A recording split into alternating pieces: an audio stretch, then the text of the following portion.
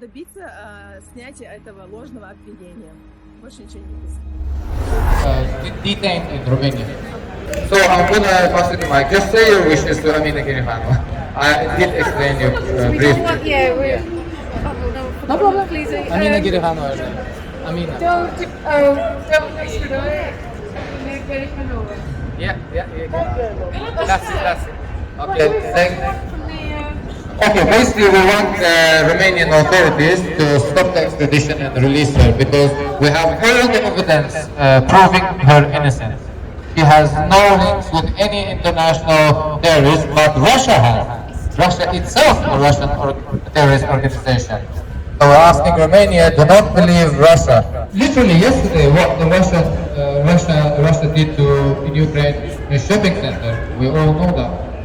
And obviously the whole world kept silent when they were butchering Chechens, because some of them were busy with other invasions, as we all know. So we have to speak the truth.